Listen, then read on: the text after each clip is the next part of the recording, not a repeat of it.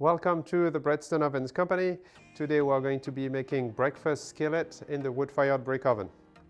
We have some potatoes, peppers, eggs, sausage, garlic, chives, onion, salt, pepper, and a little bit of olive oil.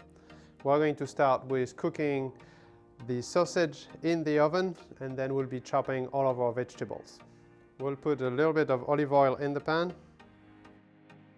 We're going to put the sausage in the pan,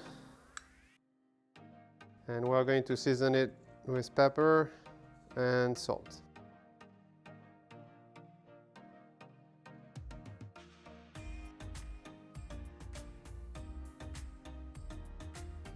While your sausage is cooking, cut all your vegetables.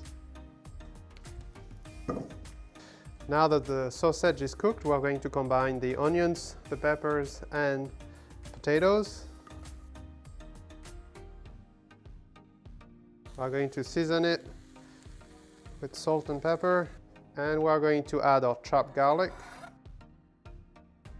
and we're going to add a little bit of olive oil